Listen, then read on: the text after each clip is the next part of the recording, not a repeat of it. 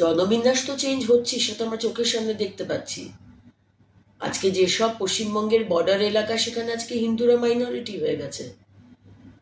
আজকে বিএসএফ কে জমি দেওয়া হচ্ছে না যাতে ইন্টারন্যাশনাল ফেন্সিংটা না হয়। ফেন্সিং হলেই তো মুশকিল, তাহলে তার রোহিঙ্গা অনুপ্রবেশকারী ঢুকতে পারবে না। কারা এই রোহিঙ্গা অনুপ্রবেশকারী? বাংলাদেশি অনুপ্রবেশকারী এরা কারা? এরা হচ্ছে মমতা ব্যানার্জির ভোট ব্যাংক, দুধেল গাই। আমি বলছি না, উনি যার নাম দিয়েছেন। মানে সেই আমরা ক্লাসিক্যাল মিউজিকে যুগলবন্দি যে আমি শুনি, যুগলবন্দি। মমতা ব্যানার্জি ঢোকাবেন আর হেমন্ত সোরেন তাদের শেল্টার দেবেন। মমতা ব্যানার্জি অবশ্য শেল্টার দেন, দুজনেই যুগলবন্দি খেলছে। আজকে ঝাড়খণ্ডে আমি ক্লাস্টার ইনচার্জ হয়ে এখানে এসেছি। আজকে সাঁওতাল পরগনাতে জনবিন্যাস পুরো চেঞ্জ হয়ে গেছে। সেখানে আজকে এই রোহিঙ্গারা, এই অনুপ্রবেশকারীরা, তারা এসে আদিবাসী মেয়েদেরকে বিয়ে করছে, করে তাদের জমি নিয়ে নিচ্ছে এবং তারপর তাদেরকে ডিভোর্স দিয়ে দিচ্ছে, বাদ দিয়ে দিচ্ছে, তাদেরকে দেখাশোনা করছে না। এবং আমাদের সরকার এলে, আসবেই 23শে নভেম্বর, আমাদের সরকার এলে আমাদের এটা মানুষের কাছে প্রতিজ্ঞা বা প্রতিশ্রুতি যে আদিবাসী মহিলাদের জমি বাইরের কোনো লোক নিতে পারবেন না। আমরা এই ল আনবো এবং যে জমিগুলো নিয়েছেন সেগুলো আপনাকে ফেরত দিতে হবে। যারা নিয়েছেন তাদেরকে আপনাদের ফেরত দিতে হবে। এটা আমাদের সরকার আসছে 23শে নভেম্বর, ঝাড়খণ্ডে বিজেপির সরকার, এবং এলে এই নিয়ম করা হবে। সুতরাং এই ধরনের অন্যায়, আজকে বাইরের অনুপ্রবেশকারীরা আসবে আর মমতা ব্যানার্জি আর হেমন্ত সোরেন যুগলবন্দি খেলবে আর পুরো জিনিসটাকে প্ল্যানিং করে এগিয়ে নিয়ে যাবে কংগ্রেস। মানে ন্যাশনাল সিকিউরিটি, ন্যাশনাল ইন্টারেস্ট এই দলগুলোর কাছে কোনো কিছু ইম্পর্টেন্ট নয়।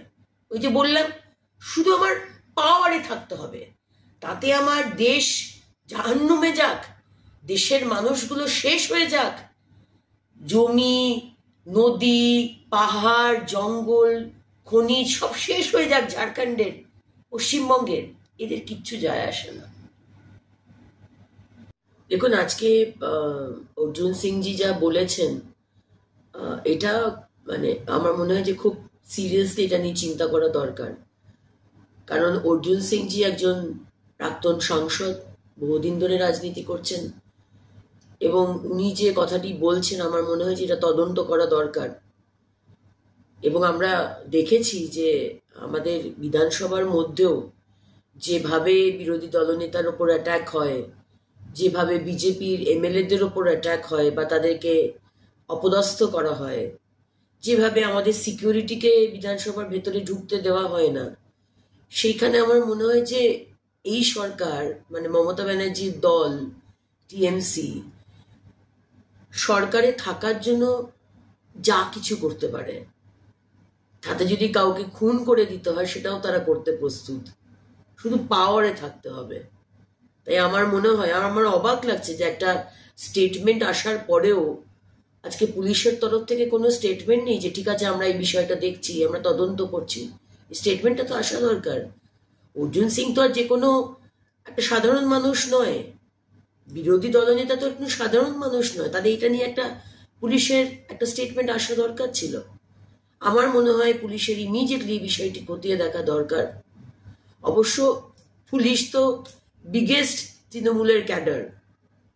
পশ্চিমবঙ্গে তৃণমূলের ক্যাডাররা না যতটা অন্যায় অত্যাচার করে, তার থেকে বেশি টিএমসির ক্যাডার হয়ে মমতা ব্যানার্জির পুলিশ অত্যাচার করে। কার কাছে আর আমরা জানতে চাইবো বা তদন্ত করতে বলবো, সেটাও একটা বিষয়।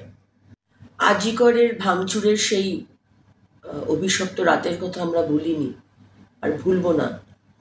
আজকে প্রায় 90 দিন হতে চললো এবং আজ অব্দি যারা সেদিন রাত্রে ভাঙচুর করেছিল, যে রাত্রে আমরা সবাই রাস্তায় ছিলাম অভয়ের জন্য, আজ অব্দি সেটার বিচার হলো না। আর হবেই বা কি করে?